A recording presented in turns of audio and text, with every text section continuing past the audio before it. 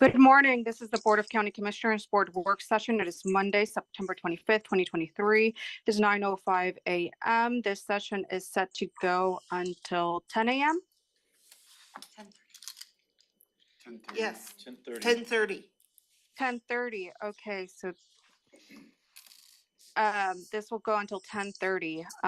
And this is a hybrid meeting. This is we're at 3000 Pacific Avenue Southeast, room 110. For public virtual attendance, you may follow along on the Thurston County YouTube channel. Carolina Mejia, I'm the chair of the board. Vice Chair Ty Menser in the boardroom, as well as Commissioner Gary Edwards. And Assistant County Manager Robin Campbell is in the boardroom. And we'll be discussing permitting cost and comparison of services study briefing. Great. And so I am going to turn it over to Josh Cummings. Great, thank you. Thank you. Joshua Cummings, the Director of Community Planning and Economic Development. We have an assembled team here. Maybe we'll do a quick introduction, starting with Jennifer Smith and then end with Jeff, and then I'll jump back in. Jennifer Smith, Budget Office. Jeremy Davis, Operations Manager, CPED. Brett Burris, Development Services Manager for CPED. Joshua Cummings. Summer Miller, CPED Fiscal Manager. Jeff Swanson, I'm with Exegy Consulting and I'm working with FCS Group on this project. And then FCS Group on the Zoom there. Martin, you want to start us off? You bet. Martin Shaw, Senior Project Manager, FCS Group. Shivani, you're on mute. Hi, Shivani Lal. I'm the Assistant PM. I'm supporting Martin on this project. And Devin and Evan, are you guys going to hop on? Introduce yourselves. Yep. Evan Coughlin, Senior Analyst, FCS Group. Devin Tryon, Analyst, FCS Group. Great, thank you very much. So this is a long time coming. One of the things that the interim county manager had relayed years ago was that to get a handle on what our full scope of service and fees are, we need to have an external group provide this fee study. And so the Board of County Commissioners just came before you a few years ago to fund.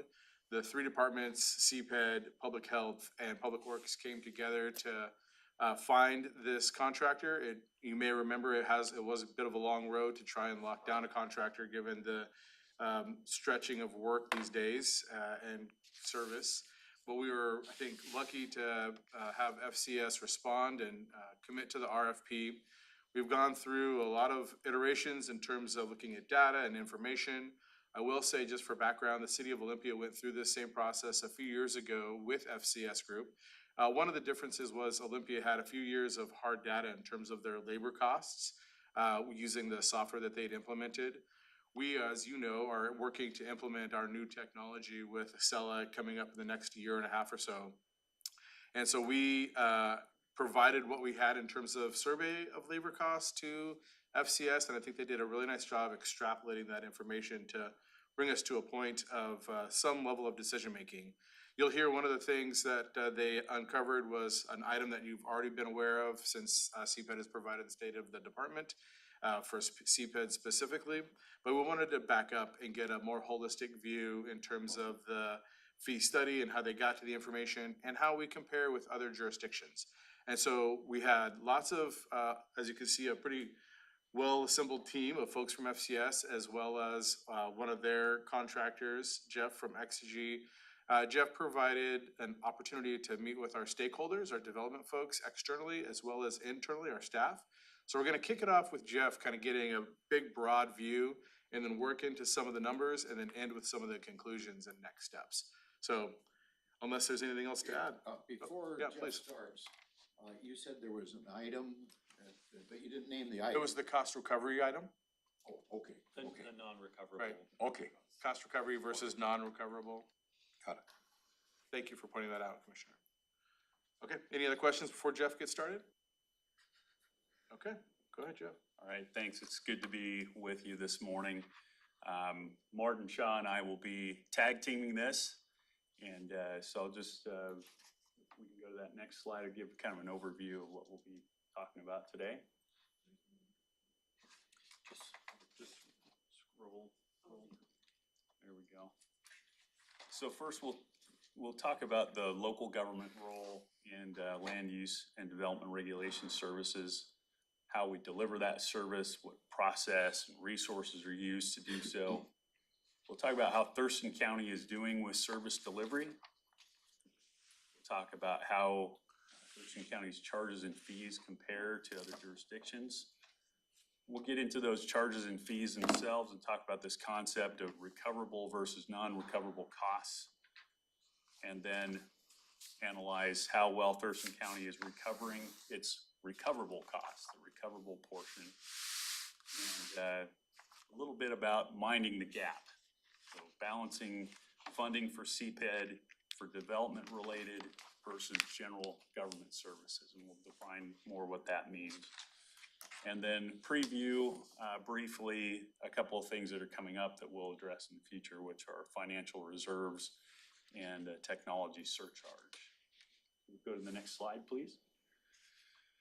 So first, the regulatory function, and by the way, if you have questions as we go along, feel free to raise those questions and we'll do our best to address those. So the regulatory function of local government when it comes to building and development is to ensure that development complies with life safety, building codes, and land use regulations. These statutory responsibilities of counties are outlined in the RCWs. So these include building and fire codes, the Growth Management Act, project review, judicial review of land use, affordable housing, the State Environmental Policy Act, or SEPA, and regulations in Title 90 regarding shorelines and wetlands. This is a very complex type of service to deliver. Overseeing all these functions requires a multidisciplinary approach. So you've got specialists in biological sciences, environmental sciences, teaming up with engineers and planners and building professionals, building trades professionals to deliver this complex series of services. You have a development framework that supports your population growth, your economic development, and public services, and that is your comprehensive plan. And you have an obligation to protect public health and the natural environment. This is all done in kind of a moving target. Wetlands regulations, I believe, are reviewed every 5 years by ecology. And so these things are constantly changing and evolving. The legislature enacts new laws, and we'll talk about 5290 a little bit, that specifies some timelines for review. And so this is an environment that is constantly changing. Next slide, please. So we talk about delivering the service, and I put a picture up there of a manufacturing operation. Some of my own background is in manufacturing, heavy industry and manufacturing before I went into the public sector. And so we were always looking at the resource base. You have a demand for service, customers that are paying you to deliver a service or a product, and you need resources, which are in a service industry like public service is primarily human resources. But you need technology, you need facilities to operate from, building inspectors need vehicles to drive out to the sites. And so that is the resource base used to deliver the services.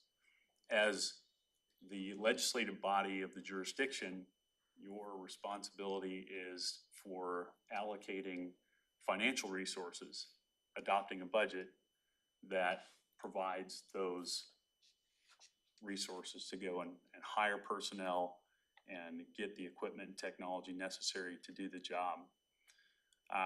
The other parameters around delivering this service, just like in a manufacturing environment, you have a customer that has an expectation of when I'm going to receive the product I paid for.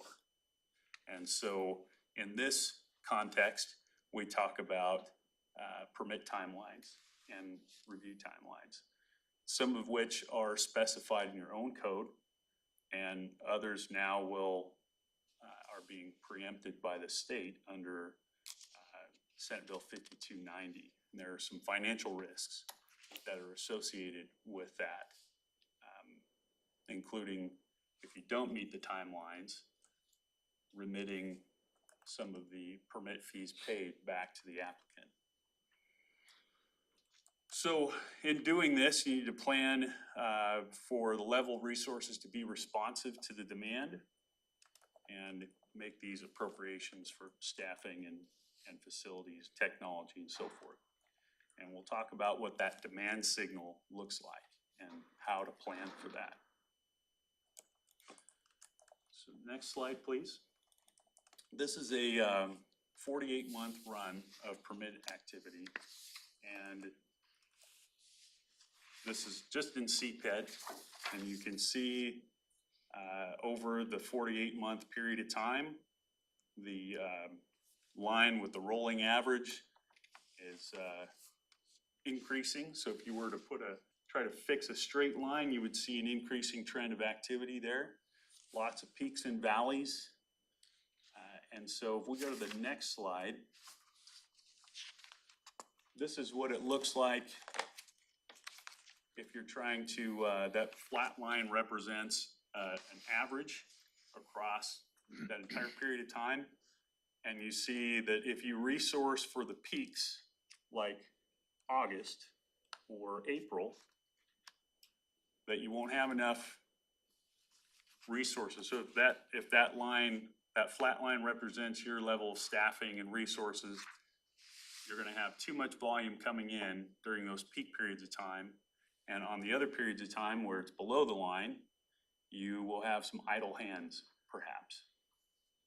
So considering this complex workload, the seasonality of it, level loading, like we would do in say a manufacturing environment, doesn't necessarily work in this context, especially with trying to meet timelines specified in your own code and in state statute. So next slide. So delivering the service requires primarily qualified staff. This type of work is heavily public facing. It's very labor intensive. It's reliant on staff with appropriate skills and professional background and training. And it's this mix I mentioned earlier of planning, engineering, biology, environmental science, building and trades professions. The current labor market, there's a shortage, a very challenging shortage of qualified candidates for these positions. Just to give you an example, I finished up an assignment, 19-month assignment earlier this year as a city administrator in a city in Southwest Washington. And it's been challenging for years to find qualified law enforcement officers. But we have found in that city and other jurisdictions, talking to city and county management peers, is it is more challenging right now to find qualified engineers and planners than it is law enforcement officers. That's a lot to take in, especially when, working in these jurisdictions, we've, put in incentives, hiring incentives to try to attract law enforcement officers, but we're not necessarily doing that same approach. I think we're coming to realize. Let me ask you a question Yeah, on that please. particular topic. So, it's tough to find law enforcement officers, maybe because of the public perception of law enforcement officers today and whether or not somebody wants to work in that field. Sure. Are planners finding that they've got crabby constituents and that relates to them not wanting to do that job anymore? Is it something similar to that? It is. That is one of the factors. It's, the work environment, the clients that you work for, and that public facing side of it is really challenging. With the shortage, it's driving wage rates up. And in the public sector, you compete for those same skill sets as you do in private sector, and private sector generally can compensate at a higher level. So you've got all those things coming into the mix. And so it's, working to be that employer of choice, to have your compensation to where it's competitive, to attract good candidates. Those are two of the biggest challenges. But that employer of choice piece is very much related to, I would say, the environment that we're all operating in public sector right now, which is a challenge.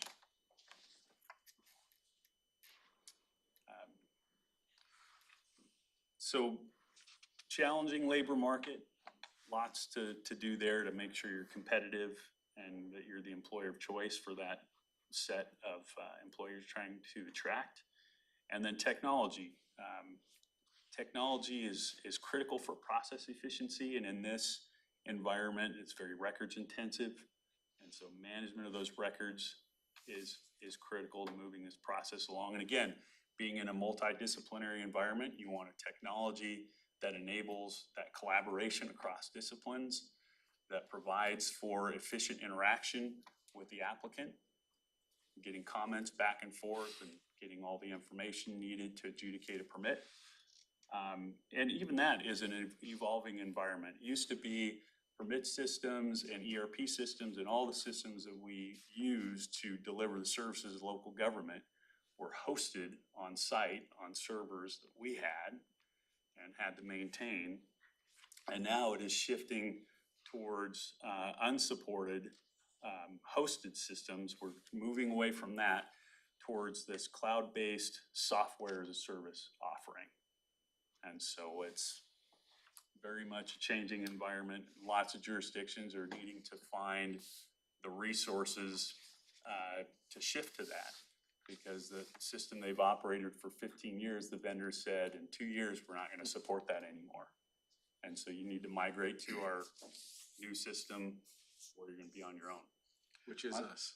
Pardon? Which is us, Thurston County. On the technology issue of this, have you found other jurisdictions that use technology instead of on-site inspections for the inspection end of CPED's operation?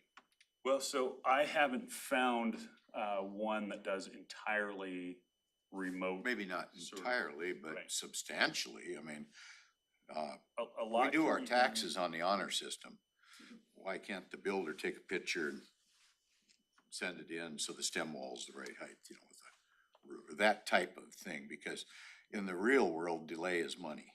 And we find that we have way too much delay. That causes people to be crabby. They probably get after the planner in that process. So it's a vicious cycle that continues itself. You got a solution to that? Yeah, we'll talk a little bit more Okay. about that. In terms of, have I seen jurisdictions that operate in that way? No, I haven't. Hopefully you're gonna see one here. You can use this for a model. They're just the nature of the work that has to be done. You know, a building inspector has to go out and lay eyes on something. Why? And check it out. It's quality control. You know, we're guarding the bank's money. That's what we're doing. When you go get a loan from a bank, we're making sure that it's done properly. Well, I think the honor system works for our taxes. Why can't it work for this? So anyway, just a point of a bug for me. I just thought I'd throw that out. Okay. These guys have heard quite a bit about that. Yeah, well, I can just say I haven't seen a jurisdiction do it that way, and I think it has to do with the duty to independently verify the quality of the work that's being done. If you're asked to certify as an independent body that yes, this is compliant, that it meets all the regulatory, then you typically have to go lay eyes on it. But in other ways, you know, we use tools like GIS, for example, to look at wetlands and critical areas. And when we identify that there's a piece of property that may have some critical areas that need to be looked at, we ask the applicant to go find and do a wetlands report. At the expense to the applicant. At the expense. When somebody here could go out and actually take care of that problem, just on view. I think it's the director. Which has an expense also. Yeah. And director, It by does. the way, there's been some concept about director. Director is not director me solely. There is a code that defines director as director or delegate, and the staff is the delegate. And so I think to Jeff's point, we do go out on site when it's hard to call the ball or the strike. But most of the time, we're trying to call it on terms of the applicant using the technology that we have.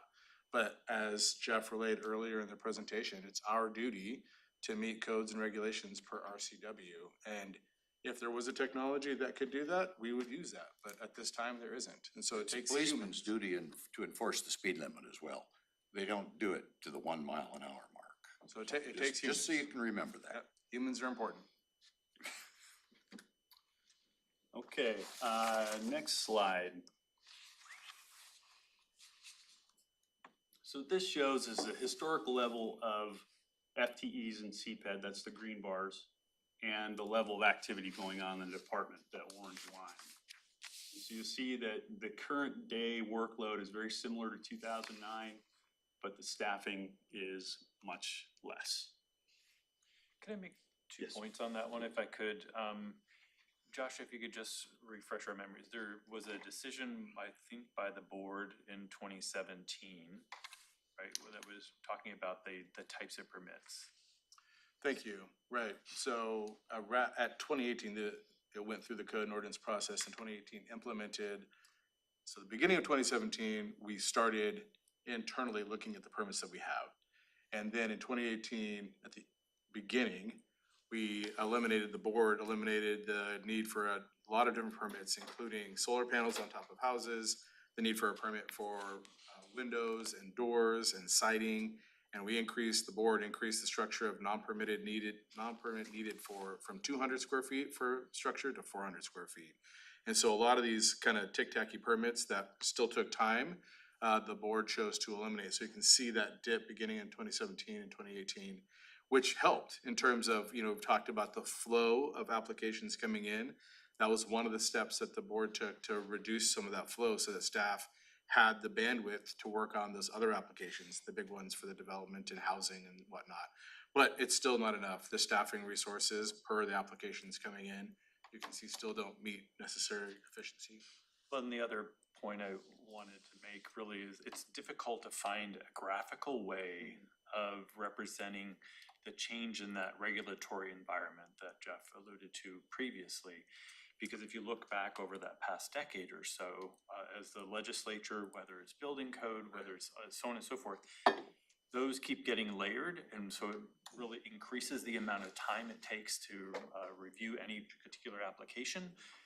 But how do you show that on a or superimpose that onto this graph? But I think that's a very good point. So to the assistant county manager's point, we're doing all we can on the local level to reduce regulations, but the state legislature continues to also add layers of regulation. So right about the time we're reducing our removing local regulatory needs, the legislature finally enacted the energy code, which then added another layer of complication. So the new energy code came in.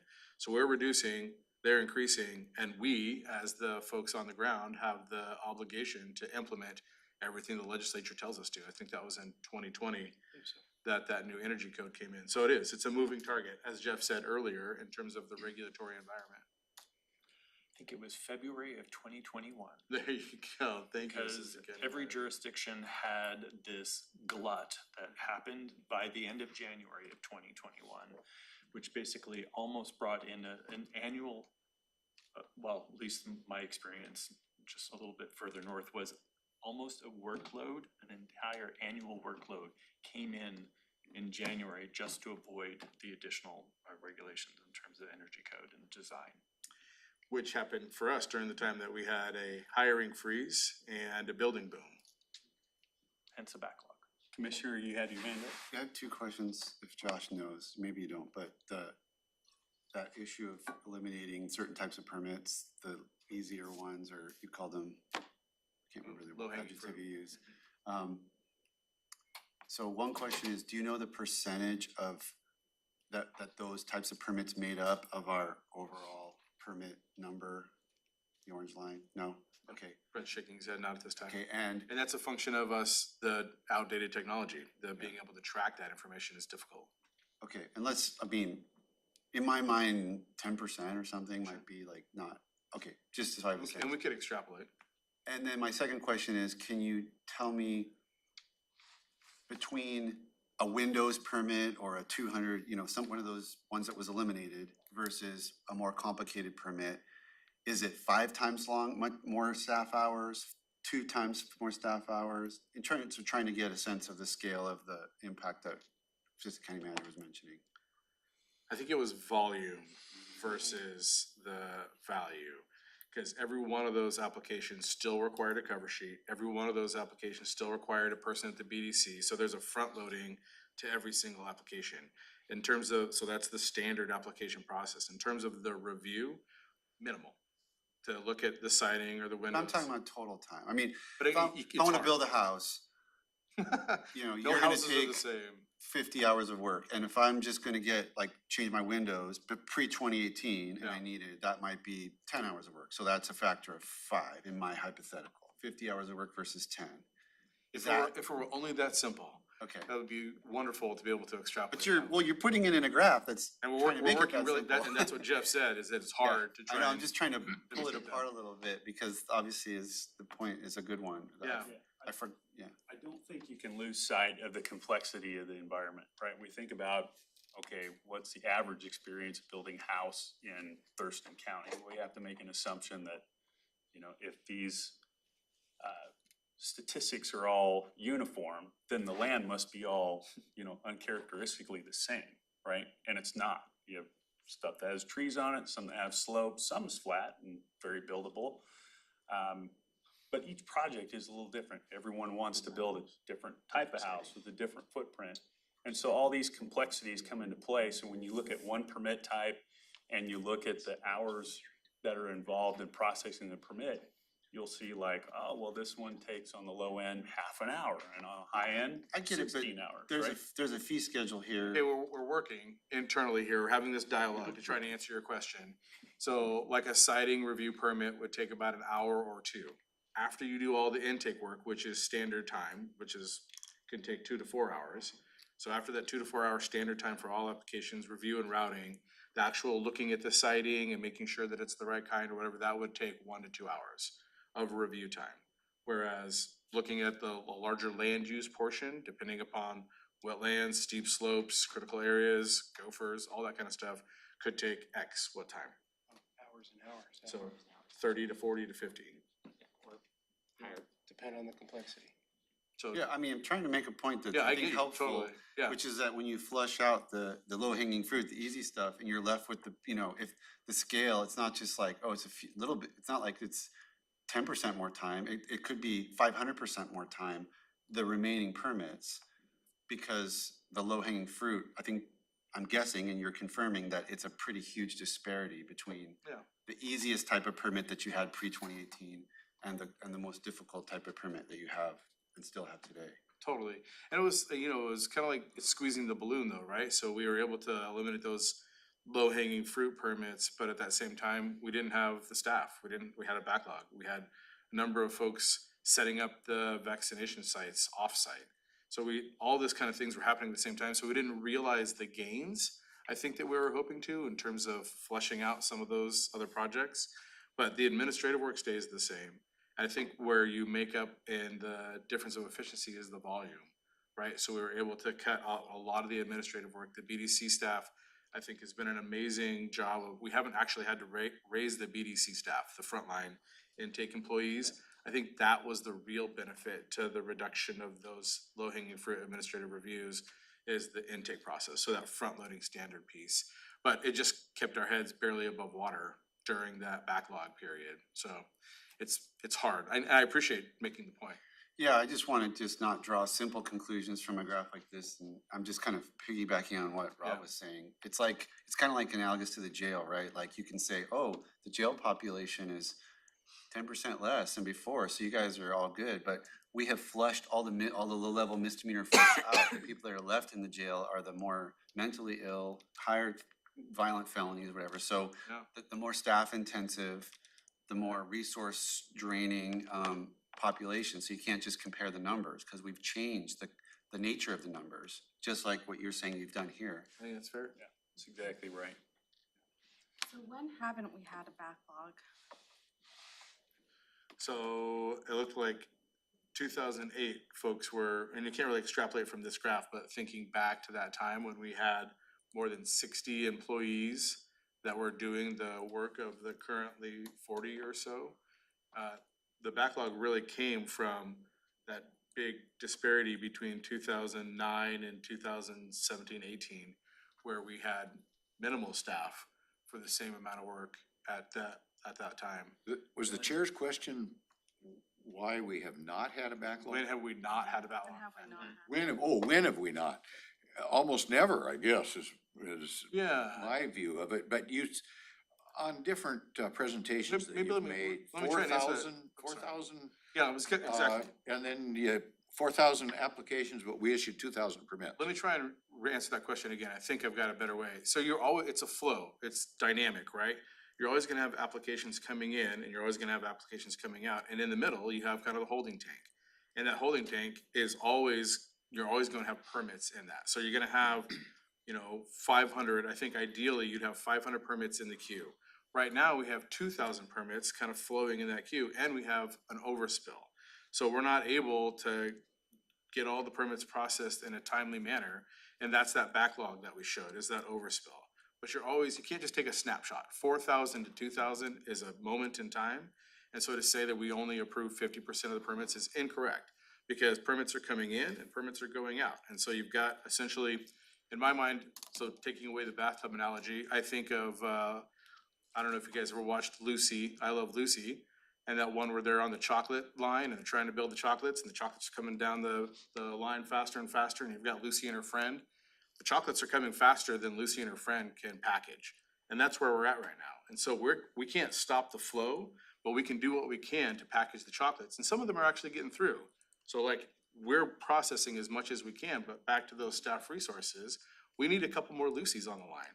And that is kind of what we're engaged in. This conversation is that bigger picture. And so I want to just kind of reference the fact that backlog is a term that we use when the line is overfilling. But there's always going to be something in the queue, and there should be. And so what's that number in the queue? That's really what we're trying to get to, where people feel satisfied.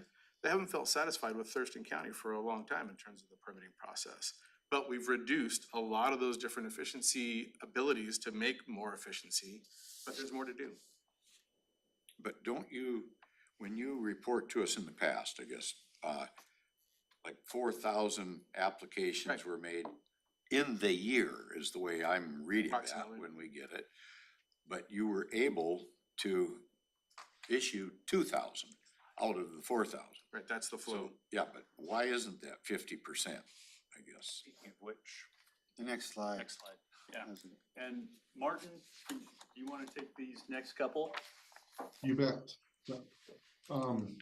So on slide 9 here, commissioners, what we've done here is to illustrate for you the historical level of workload that the CPED has seen over the past couple of years and 2023 year to date.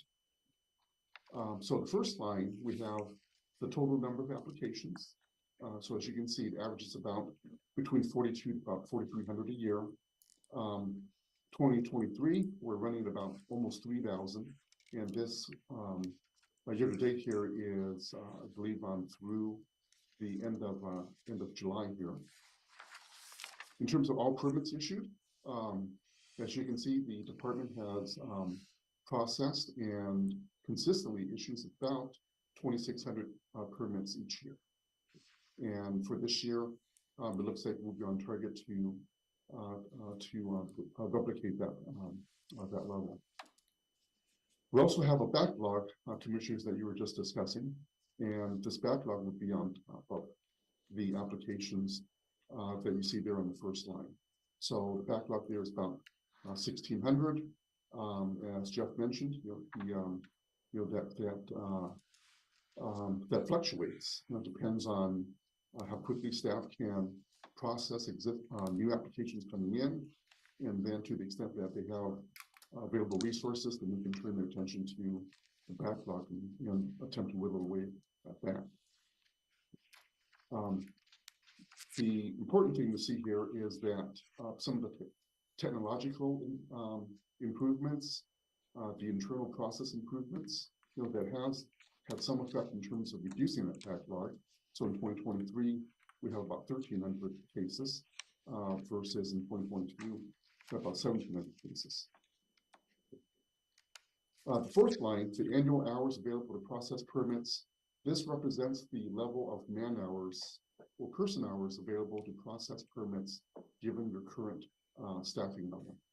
So we have about 43,000 hours of staff labor hours available to process, not just new applications coming in, but to also address the backlog of cases. The average hours per permit issued. This is a calculation on our side where we're taking a look at all the permits that have been issued by the county and the average amount of time that it takes to issue a permit on average. And that's, as you can see, commissioners, that averages about 2 days and fairly consistent between 2021 and 2022 and about 2 days in 2023. In terms of the estimated Can I hours. ask a question on the average hours? Yes. So my question on, we're seeing 16, for 2021, or 16.5, 16, and then 15 for 2023. I'm wondering for those average hours, I mean, are we going to see less hours with, some changes that we've made to our own process, the bring me another rock process, right? Is that what elevated our time? Because they bring something, staff is reviewing it, and then they add another thing to it, and so then people go out and then they come back and then it just adds? Or have we seen any time lowered as that new process has been slowly taking place? So this is an average. I think this is a really good slide to look at in terms of the average hours permit issued.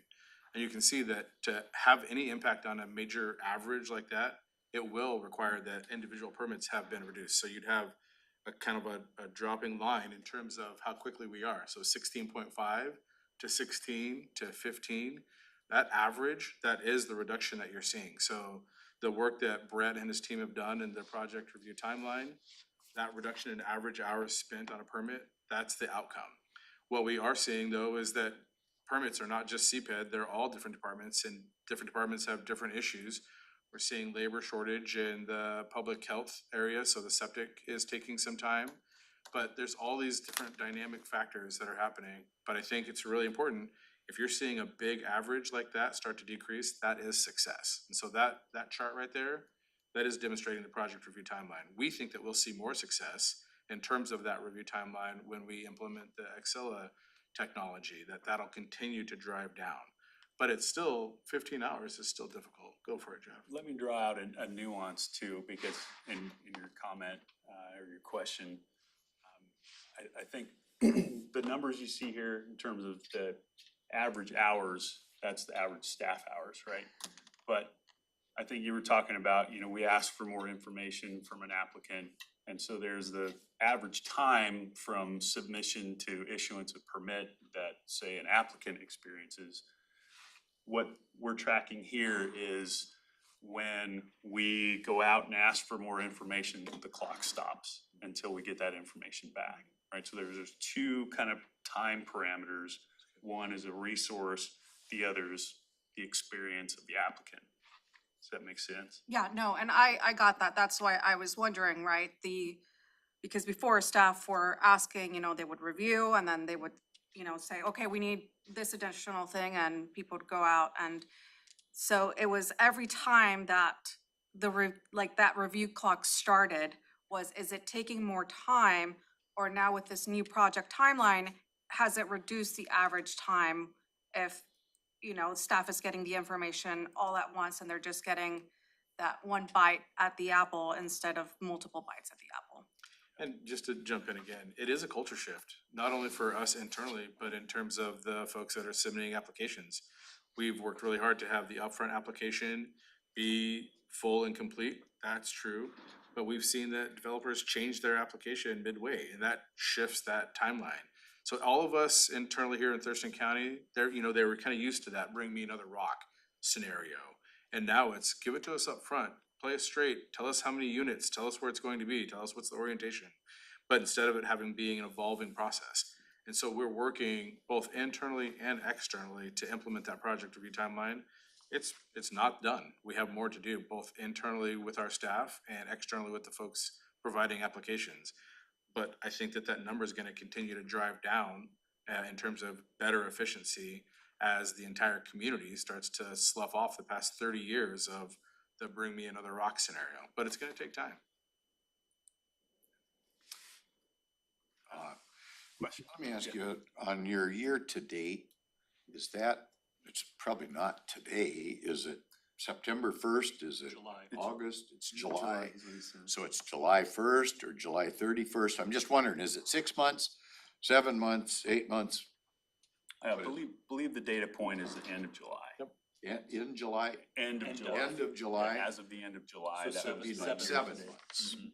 Just makes it a little harder to calculate when it's. Well, yeah, 7 months. it's kind of confusing because it's not, you haven't extrapolated to the end of the year, so. The average hours is what we're really tracking, that Average hour, 15 yeah, but looking at the equivalent numbers. FTEs to close a gap, that's, Understood. Yeah. Agreed. Okay, Martin, you want to continue? Yep, you bet.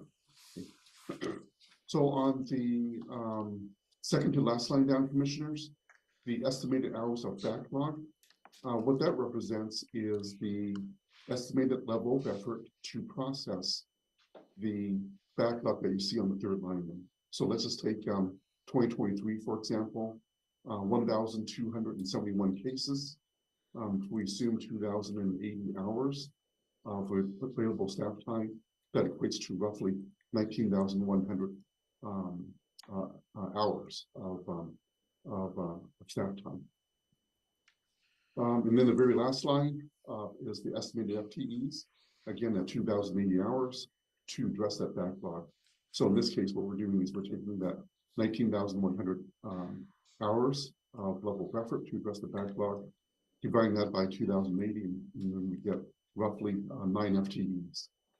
It's required in 2023 to just address the backlog. So how do we compare to others, other entities that are doing the same thing, whether it's municipalities or We're getting there. counties? We are getting there. Yeah. But there are lots of ways to compare, right? There's the cost, what you charge for permits. There's, how much time it takes you. How many times we ask them to go for the other rock, different colored rock? Yeah. I'm looking for, I think, to utilize discretion more. Okay. I don't understand how come some jurisdictions maybe utilize discretion and others don't. It's kind of like the policeman in the school zoning, right? Tickets all day long for 1 mile an hour over. I used to fire those kind of people. So I'm hoping that we have some common sense that gets thrown into the mix instead of, oh, I need this purple rock, I need this green rock. So, I mean, I don't know, you're not hearing the same complaints from, I'm sure from staff that we hear from constituents. So if it seems like it's a bit adversarial, well, yeah, we're trying to get this all figured out. Actually, I hope we get more of your time than just this hour and a half today, because I got questions that I think I could probably keep you going for 4 hours to understand. I mean, the presentation is very good, the information, we need to have it, but we do need to digest it a little bit and then have another get together about, okay, well, what about this? How does that compare? We do have some other topics to present in future work sessions as we continue to work towards completion of this project. And then in some of the upcoming slides, some of the topics you raised will come up. Thanks. Okay, I think next slide, Martin, if you want to continue on with that one. May I ask You a bet. question before could we go back to the last one, please? So before we leave this, I just have a question about the permits issued. I'm assuming that it's not as if taking 2022 for an example, that the 2,664 issues permit or permits issued was necessarily a subsection of the 4,342 permits received in that year. That's right. Some of them are from 21, some of them might be from 20, some of that Some of them are from 2,600. 12 years ago. I might find. Well, Trying our best. we're getting them out as we can, and that's why your 50% Thank you. doesn't make sense. Even though there's a backlog, the whole thing is just rolling forward. And the backlog, again, taking your holding tank theory, it's holding permits that had come in over a long period of time, not just in that year. Is that right? That's exactly correct. Thank you for being way more succinct than I was. Appreciate that. I'll just make an observation here too, is you see the, like the equivalent FTEs from year to year to handle the backlog has dropped in 20, right? The average hours has dropped. And as you try to like dig in and consider, well, what's going on, what's driving the behavior in these statistics, it can be that from one year to the next, the complexity of the permits applied for has changed. So you might get a whole bunch of preliminary plats one year and then not very many the next year. And you have a, different permit type that is much simpler, straightforward to process. So again, I just want to emphasize the complexity and the dynamic environment that this work is done in. And so when you look at these statistics that just draw a straight line average across all these different activities, there's some information lost in there, there's some nuance lost. So you really have to like get in and kind of decompose the figures if you have the data available. Deconstruct me, not decompose. And I think if we keep moving, we're gonna get to some of those comparison questions that Commissioner Edwards asked for. Thank you. So I think next slide, and Martin? Yes, thank you. So on this slide, Commissioners, what we have here is a cross-section of selected fees, permit types. And what we show here is, again, based upon the time processing statistics that we have from the county. As you can see, we have a range in terms of hours to process a permit. So for example, on the very first line, a administrative site plan review, in some cases, it can take as little as 4.5 hours. And in other cases, it can take as long as 14.5 hours. What we show here on the average is about 7 hours to process a administrative site plan. And as you look down that middle column, what you see is there's a broad range. There are some permits that do not take as much time, leading to Jeff's point about complexity of different permits, and then the number of or the types of permits that come in each year, commissions. So for example, an on-site sewage system permit, that's about the fifth line down. On average, that's about 1.5 hours, or 1.2 hours. However, a reasonable use exception, which is 2 lines below the on-site sewage system, that can take on average about 10.2 hours, but as much as almost 20 hours to process that. And on the low end, it's about 5 hours. Now, the range in hours, commissioners, that you see between low to high, that's really a reflection of the quality of the application that comes in. And so if a permit that comes in where the applicant has really done their homework, they submit really well documented plans, those perhaps would require fewer hours to process, of course, versus a permit that comes in where that documentation isn't in place and requires a bit more staff intervention to really understand what's happening there, what's the applicant trying to do, and what additional information do we need before we can approve that permit. I have a question about that. Go ahead. On that slide 10 there, on reasonable use exception, I'm stunned by, that could be 5 hours or it could be 20 hours. What are you talking about? What kind of a reasonable use exception? That's just a little bit more of a need than an administrative site plan review? Is that what you're saying?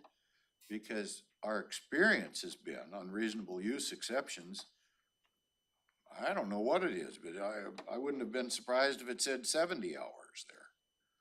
So that seems to be the dollar amount equivalent that citizens are paying for a reasonable use exception. So I'm trying to figure that one out. So back to one of the earlier statements, this is our time. It does not include all the external time that goes into that. So you're right, there is extra time. And I'll turn it over to Brett to kind of highlight what reasonable use exceptions may look like on the ground in terms of application. Yeah, thank you. It goes back to the complexity of the applications that's been spoken about here previously. Is that someone, for example, will submit a building permit for a single-family home, and it's just a straightforward building permit. It can be reviewed as a building permit and approved as a building permit, but once it's reviewed, you find a critical area, and that building is within the critical area buffer or within the critical area itself. That triggers the building permit application to go to a land use application, which is a reasonable use exception. So you're literally switching from one to the other in order to get the approval of the reasonable use exception. Once that does happen by the hearings examiner, which requires a staff report, or requires reports and studies to be provided by the applicant to show that they are meeting the code. If that gets approved, then it goes back to the building permit to get its initial approval. So it's kind of a back and forth game. And it's unknown by the applicant in this scenario if there is a critical area, number one.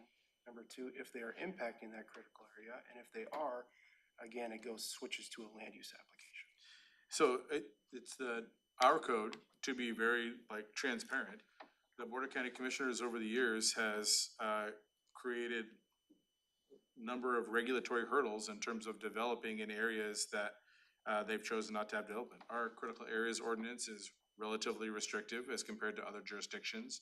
Our buffers are relatively much wider compared to other jurisdictions, and it requires more process. And so the staff is implementing what the Board of County Commissioners has approved previously as our codes and ordinances, and that reasonable use exception does add time. And so we're actually, another example might be if you cut down a stand of oak trees and you don't get a permit for it, and then you want to build on that same property. We go out there and we see an aerial that there used to be oak trees, and oak trees are protected by the critical areas ordinance. That requires a reasonable use exception, which adds time to the project. We don't currently have an administrative review process to approve that. We don't actually, the oak trees are gone. And so our process is that permit, before it's just a standard building application, now triggers to go back in time and do a reasonable use exception. And that adds time and complexity. But there is a piece of this puzzle that it's not the staff that is making this up. This is the staff that's implementing the codes and ordinances that the Board of County Commissioners has set in place.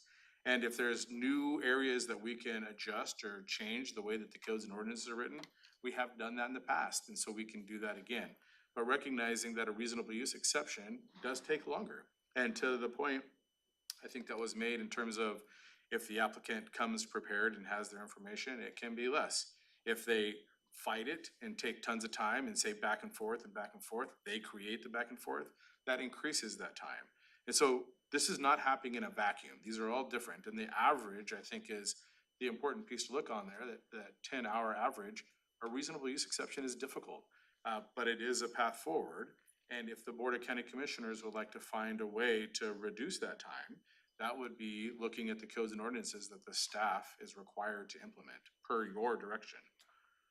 Okay, I gotta ask then about, I thought there's something new that you folks are trying to work with, that there will be no delays of an application based on some prior code violation.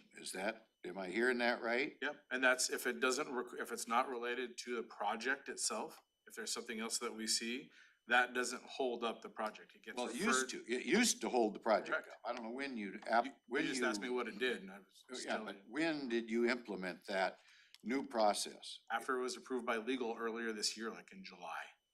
It had to go through the legal review process to ensure. So then your example of cutting down a tree, The oak tree grove actually is in the same area as the project might be, so those two things are related. If you cut down a bunch of oak trees and you wanna build on top of where the oak trees used to be, those two things are for the extinct squirrel you're talking about, the oak trees. These are the Under codes the- that the board has written. State, yeah, okay. Okay. But that's why that number is so large in terms of the RUE. But now we should have a lot less delay, I take it then now.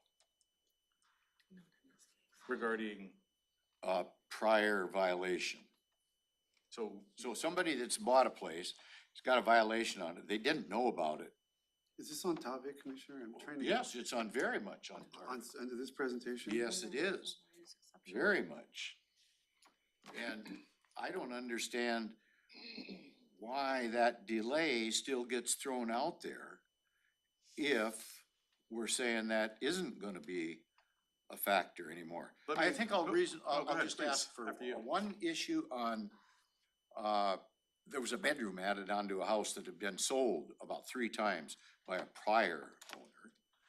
Okay, and the owner wanted to do a boundary line exception. Was not allowed to do that because the issue had not been addressed about the bedroom that had been added on that the party didn't even know about. So are we past that? Is that, we're not gonna hear about that anymore then as a general rule? I'm not sure what you're gonna hear about, but I do know that we're doing our best to have, let me try again another example perhaps. If there's a shed that was built out of permit and it's over 400 square feet and they wanna build a house over here, that shed is not gonna hold up that building permit for that house. Okay. Okay. So we have quite a few slides left. Let's go ahead and leave questions to the end. That way we can zoom through the slides. And if you have questions, please write them down and then we'll try to address them in the end, just so at least we get through the information that's on here. Okay, Martin, pick up the pace a little. You bet. Next slide, please. Jeff, do you want me to address this one, or would you like to? Yeah, go ahead, Martin. Okay, great. So, commissioners, when we think about permits, you think about them in 3 ways. One are permits that do not require public notice, and as you can see, that represents the vast majority of our permits, about 90%. However, there are permits that do require public notice as well as public notice and a public hearing. And as you can see, those permits require or make up the remaining 10% of the permits that the county sees. The significance of this slide, commissioners, is going back to Senate Bill 5290, which Jeff mentioned earlier. And the reason for that is the state legislature has set time limits, processing time limits for permits that fall under each of these 3 categories.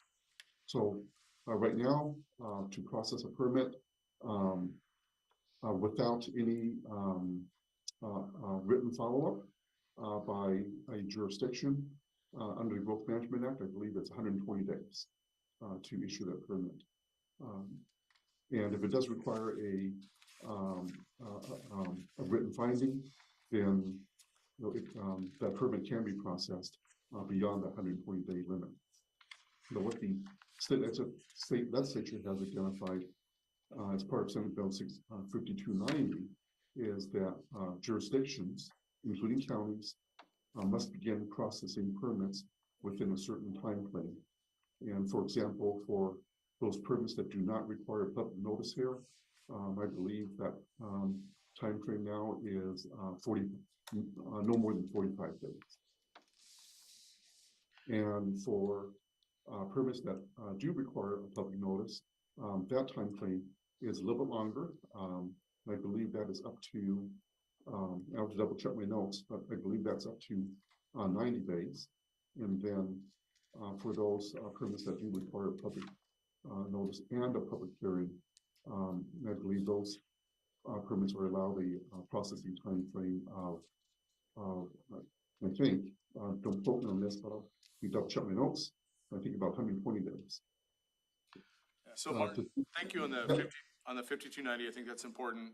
But I think more important for this slide, looking at 11 and 10, you can see that does not require public notice. If you think about the ones like an RUE does require public notice. And so it's the 80-20 rule. 20% or so of our projects are taking up 80% of our time, while the rest of the projects, CPED is doing a pretty good job cranking them out. So that 93% in 2023, the ones that don't require public notice, back to Commissioner Mintzer's point, the ones that are a little more standard and able to push through, they're the vast majority of the permits that are coming through.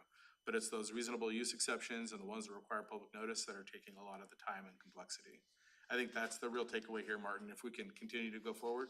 Yeah. Thank you. That slide also points back to the earlier discussion on resourcing the department. So now the state has said you have this many calendar days to issue this type of permit. So you have to look at your base of staffing and benchmark how well are we meeting that timeline. And there are, again, penalties to the jurisdiction for not meeting it.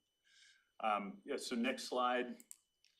Part of our scope of work was interviewing some development stakeholders as well as some staff, and in particular looking at the implementation of two tools to improve the process. One is the communication matrix and the other is the project review timeline. So in terms of communication matrix, prior to the use of that tool, the review process was very siloed in terms of, you know, the applicant is receiving separate comments from CPED, separate comments from Public Works, separate comments from Environmental Health. So this implemented more of a case management strategy that's headed up by the planner, where all the comments are coming in to one spot, being transmitted to the applicant. So that uncoordinated, disconnected review process has improved. So you have improved coordination, tracking of outstanding items and comments with the applicant.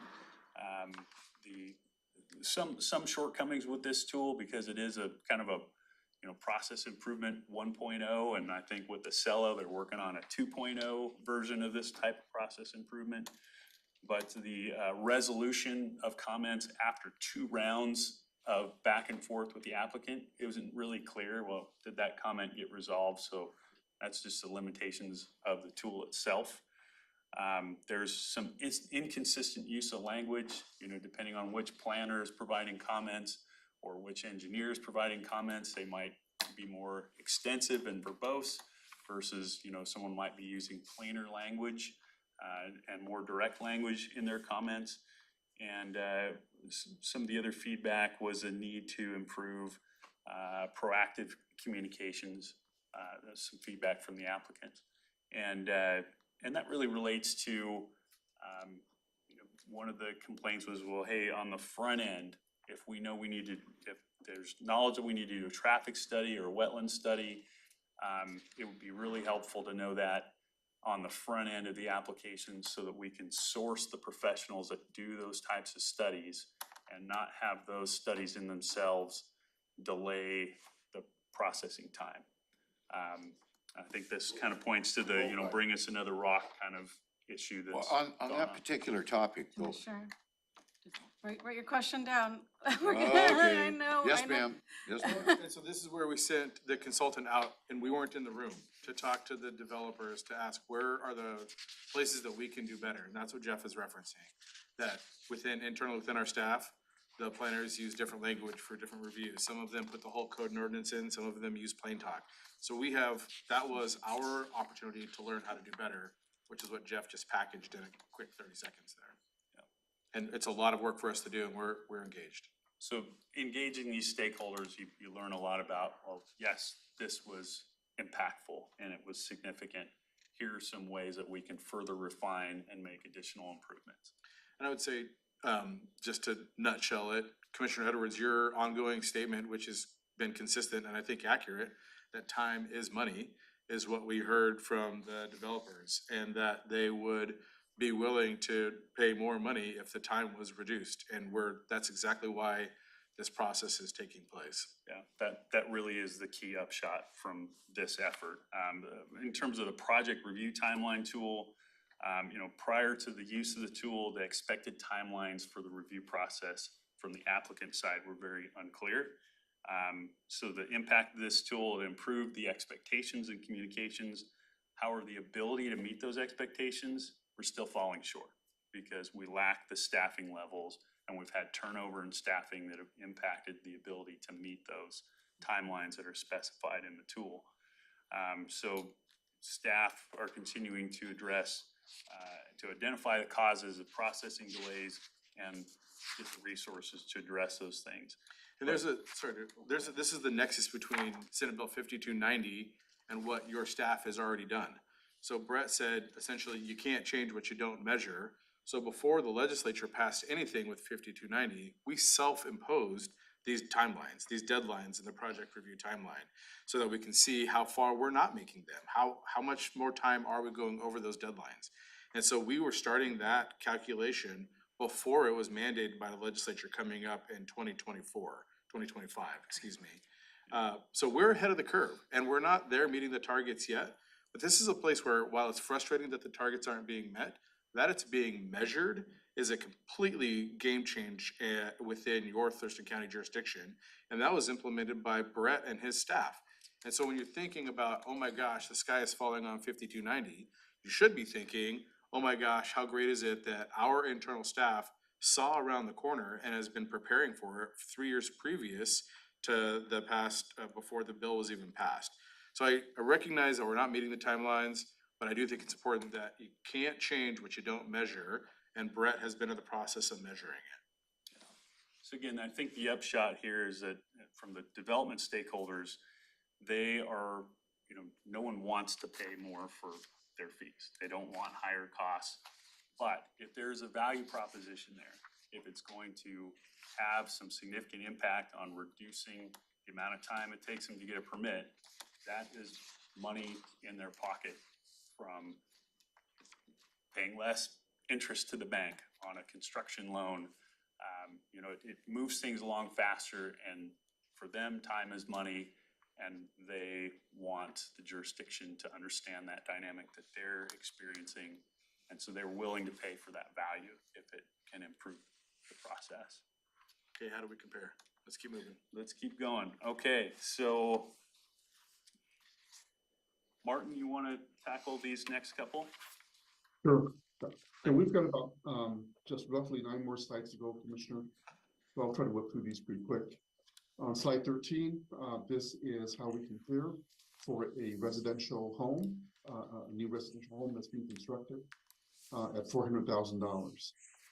And this is based upon the valuation schedules, or the fee schedules between these different jurisdictions. And as you can see, for your county, it's worth about $5,400 for that $400,000 home. And that's slightly higher than Pierce County, lower than Snohomish County, Lewis, Olympia, Lacey, and Tumwater. Next slide.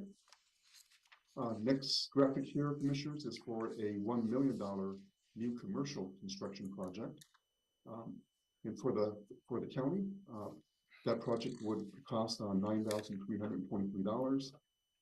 And that would be lower than Lacey, Lewis County, Snohomish County, Olympia, and Tumwater, and you're a little bit above Whatcom County. Next slide. This is for a final plat. This assumes 4 lots, Commissioners. In this case, it would be $864 for the county, and amongst the lowest of all the jurisdictions that we surveyed here. And as you can see, that ranges from about $970 for Olympia up to a high of about $2,800 for Kitsap County. Okay. Next slide. Oh, go ahead, Martin. Oh, sorry. In terms of our scope of work, Commissioners, as Josh mentioned at the outset, one of our tasks is to determine the cost of providing permit-related services. And what we'd like to cover with you here is our approach to that, and a discussion of generally recoverable versus non-recoverable costs. Next slide. So in terms of the policy framework on determining the cost of service for providing permit services, commissioners. When we think about permit services, there's really two large levels of service that we're providing. One would be the regulatory services that we provide in terms of regulating building, land use, and environmental health services. And the courts, as well as opinions from the state Attorney General's office, as well as the state auditor's office, is that those activities that really support the provision of these regulatory services can be funded by through fees, i.e. in this case, your permit fees. However, there are other services that's provided by CPED, for example, that really speaks to general community character and governance. This includes examples such as comprehensive planning, long-range planning, and code enforcement. And the courts have ruled here that those types of activities are really for benefit of the community as a whole, and therefore those activities should be funded through general taxes and not through permit fees. Next slide. This is an example of recoverable versus non-recoverable costs, commissioners.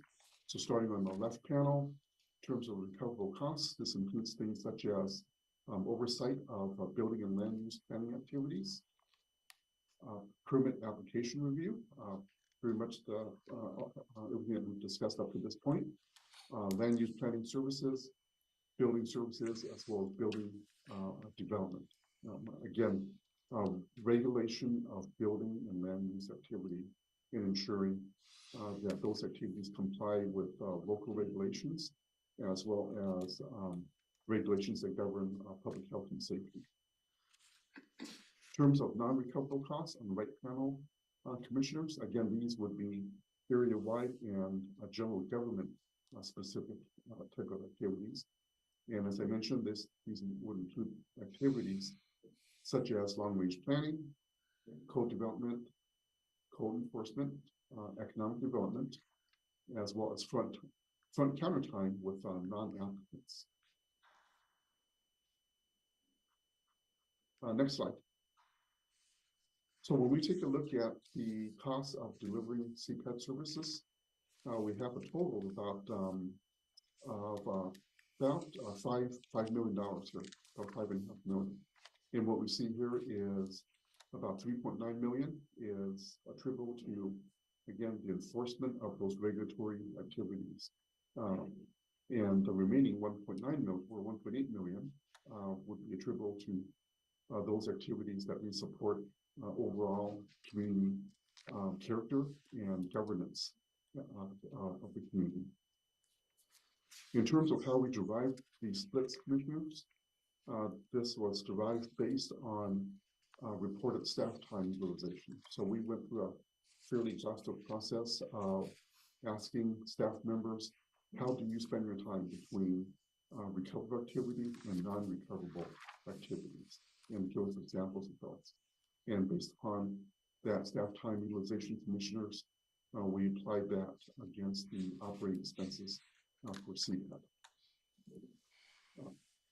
Now, of course, the proportion of recoverable time versus non-recoverable time do differ by employees. This is a question they asked at our last meeting when Josh was facilitating the state of the department presentation. And if we flip to the next slide, please. What we see here, commissioners, is a graphic that shows the distribution of staff time between three different areas: general, administrative, and training, as well as certification, as well as customer service, and that's represented in the darker portion. We have application review, which is represented in the green portion, and non-recoverable services, which again, long-range planning, comprehensive planning, code enforcement, and the like, and that's represented in the purple section. So addressing one of your questions from our last meeting, commissioners, the type of position that we hire is important.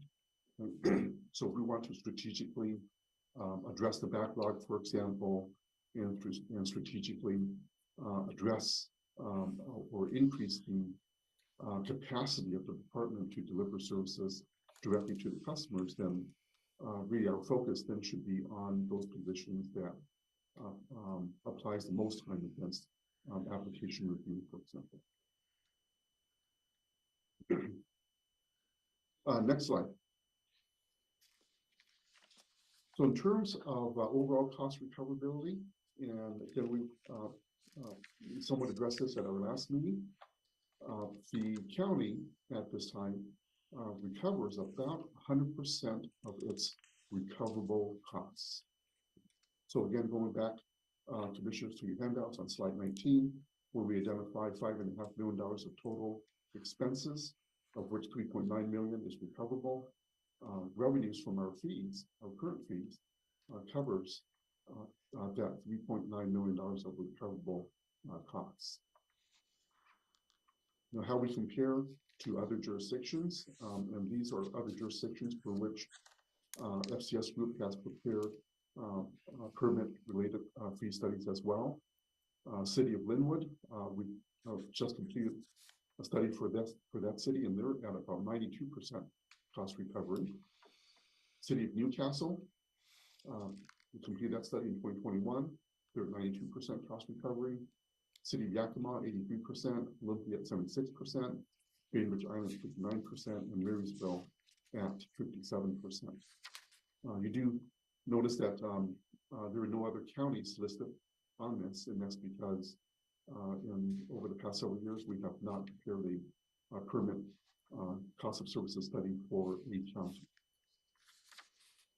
So I do want to commend this, the county for being able to recover 100% of its recoverable costs. So that brings us then to the question about the remaining non-recoverable costs, and those expenses, that $1.8 million should be funded by general taxes, and that funding of that should be addressed as part of your budgeting process. So slide 22. This is the last slide of our presentation, commissioners. So again, going back to the recoverable versus non-recoverable cost topic, commissioners. Then the general fund subsidy for CPAD to cover those non-recoverable costs is not sufficient at this time, and therefore that amount should be considered increased to cover those expenses. There are looming challenges facing the department. This does come down to not just a regulatory question in terms of complying with Senate Bill 5290, but it's also a level of service question. And what level of service do we want for the community, and as such, calibrating the fees appropriately for the department. And then as for the last point, additional staffing resources, as we discussed about 10 slides earlier. Looking at the backlog, looking at current number of applications coming in, we're estimating that about 9 FTEs would be needed to address the current day backlog for the department. Right, so time check, about 10:23 now, commissioners. We do want to leave time, obviously, for questions. So this time we'll stop the presentation, and Jeff and I can answer any additional questions you may have. And I will say, commissioners, we know that this is a hefty topic. We do have in the contract with FCS an opportunity to have them come back. So I think maybe getting the questions that you have and then working to get those answers and bring them back to you might be the most efficient path. Commissioner Messer, you said you had a quick one. Commissioner Edwards. I just want to clarify, I thought I clarified this earlier, that when you say 9, that's based on the backlog through July. That doesn't affect it's really 13. Yeah, we appreciate FCS's perspective on that. We think it's a moving target, and we're not asking for 9 at this time, but we recognize that all things staying equal towards the end of the year, that somewhere between 9 and 12. Yeah, and that's, well, I mean, and I asked well, the board, and the board, I think, supported, I asked you to present that information, like, what would you need, just so we know, you're not gonna get it, Right. but we needed to know, what is it gonna be that would get this backlog addressed? And I just wanna make sure that my seatmates here, it's 13, it's not 9. It would be 9 through the end of July, but that's gonna continue, you know. Again, we appreciate the work that FCS has done with the information that they had. Somewhere between 9 and 13 is the target. It's not a precise number, Commissioner. Closer to 13 than 9, based on the numbers that. 13 would definitely be great. Commissioner Edwards, go ahead, sir. What do you find you get in product from a brand new employee versus a seasoned employee? Well, obviously, institutional knowledge and tenure in an organization makes an employee more efficient at doing their work. You know, if you bring somebody in here from, say they're just out of school in Michigan with a planning degree and this is their first job, they're not familiar with the jurisdiction and its challenges, it's gonna take them some time to ramp up to be at the level where somebody who's been here processing permits or doing planning work for 5 years is gonna be at. So retention is worth a lot when it comes right down to it. Very much, yeah. On slide 10, you've got boundary line adjustments, and you've got low hours, a half hour, average hours 4, high hours 8. And I don't get that. I'm gonna make reference to a citizen that came in here, and he was asking for a boundary line adjustment. And it took 6 months at least. He never did get the boundary line adjustment. He was given wrong information by staff initially. And so I don't understand, and then that initial wrong information led to other unnecessary delays, but I don't get that. He said in the end, he was told it's gonna be about $9,000 by the time he got done. And I've heard this from other folks, boundary line adjustments, so I don't get those hours there. I mean, they just don't make sense to me. Well, again, I think, I'm not sure, maybe Martin, what's the total number of data points that we're looking at that we're deriving the average and the range from? Yes, thanks, Jeff. So commissioners, just to give you context, this is based upon a 5-year look back of permit history, commissioners. So what we did was we asked for full 5 years of permit history from the county by permit type. And we looked at how long it takes from time of permit intake to issuance, Commissioner. So the hours that you see there are based upon all those data points right across 60 months. And so this is the staff time that it took. So the clock stopping and starting versus the when I submitted my application, when I got approval. Those are two different statistics that both have to do with Disparity time. is so much, I can't comprehend how that could be. I mean, but if we had a staff person that didn't know anything, which apparently is what took place when this citizen came in and asked, well, could I do this, that, or the other? Oh yeah, you can do this, that, or the other. He gets this, that, or the other done. New staff person takes the final, oh, you can't do this, you need to do X, Y, or Z. So it's a big difference, and I'm just trying to figure that out. I'm trying to quantify how that is possible.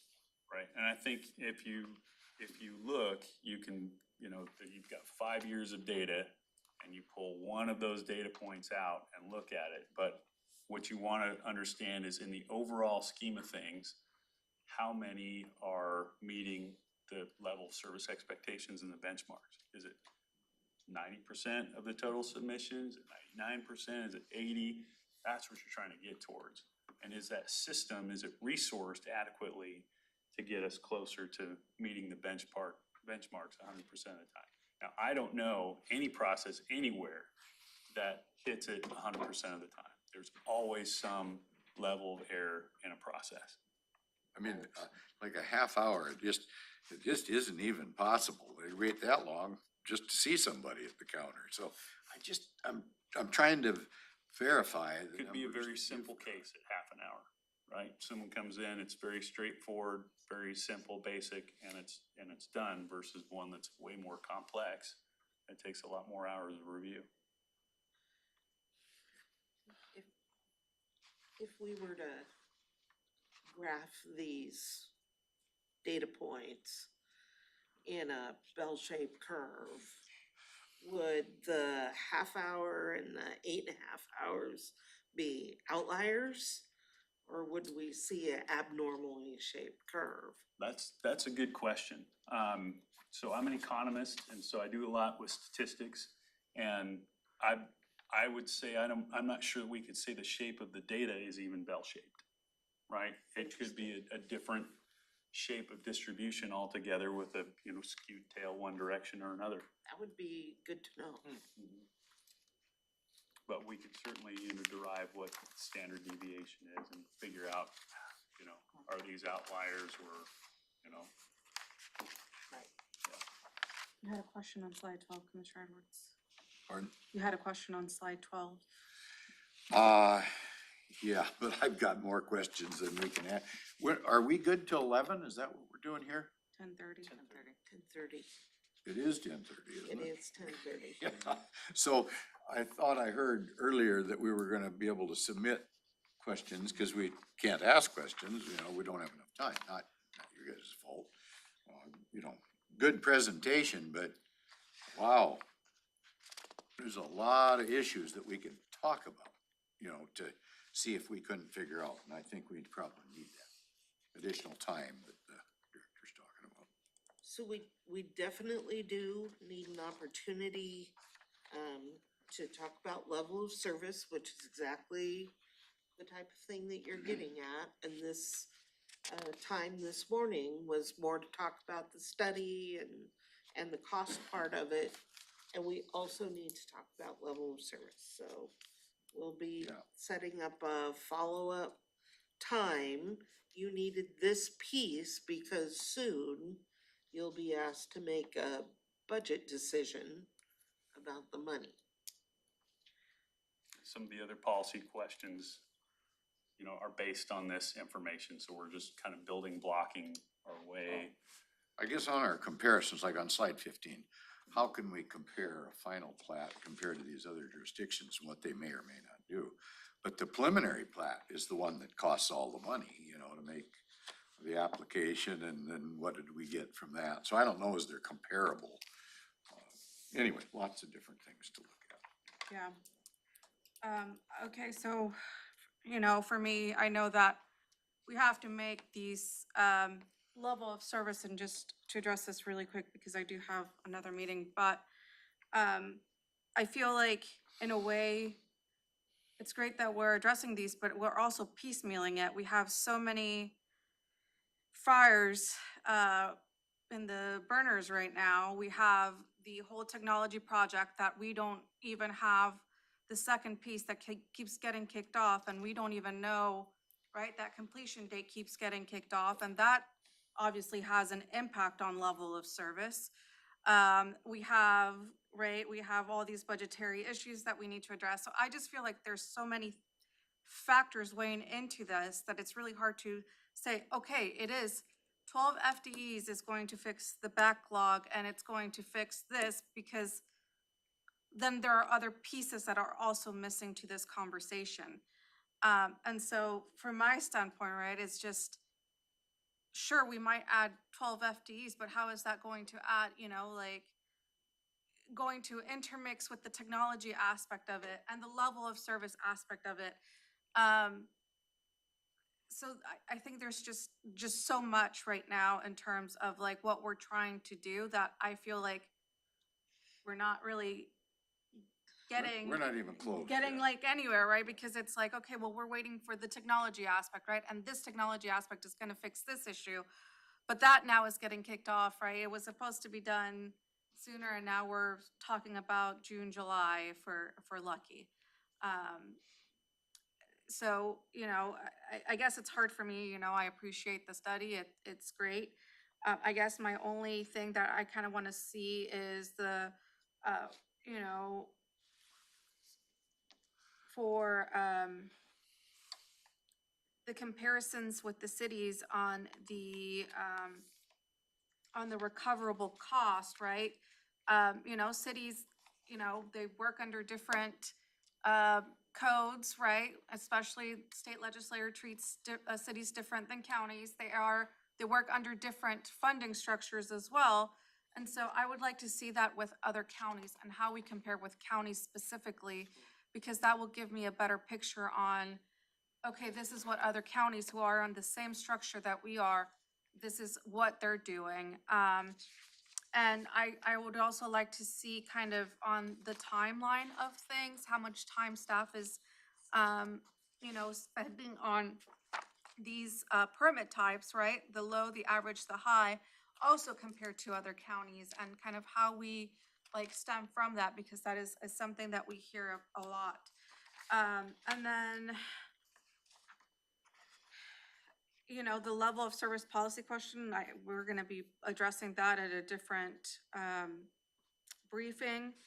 I think recommendations to address backlog would be great, right? Like, how do we address that backlog in terms of how do we open, as Josh likes to put it, the little drainage more so the tub can drain?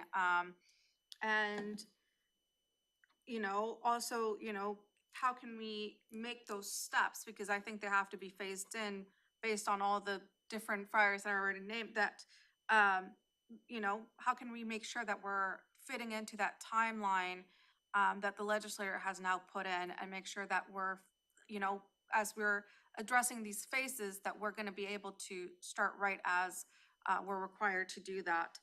And then the recoverable versus non-recoverable, right? I kind of want to see, like, what does that additional investment get us as a board, as, you know, as a community?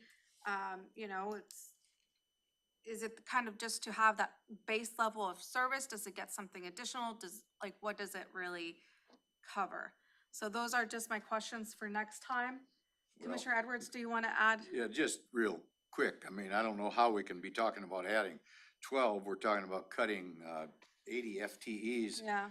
during this budget cycle. So that's not gonna fit. I think we need to think more about folks that are willing to use some discretion. I've never cared for officers that write tickets at 1 mile an hour over the limit. And when you try to get it right down to the gnat's butt that way, it never works. Common sense has to come into play here, and we have to be able to make exceptions as we go along and not take all the time that's earmarked, because I'm looking at all the earmarked time as 100% of aligning with the law, whatever that law, the code, the ecology, whomever that might be. We might just have to realize we're not gonna get there. So we need to make some exceptions to the rules to continue to make headway for the public that we're serving. And that's, I just don't see that we can get there as long as we nitpick every rule. Just like if we nitpick every speeder, it isn't gonna happen. Law enforcement isn't gonna be well thought of. I think planners are up against that same thing. So I'll just let it go that for now. That's just my philosophy on things. Next one scheduled.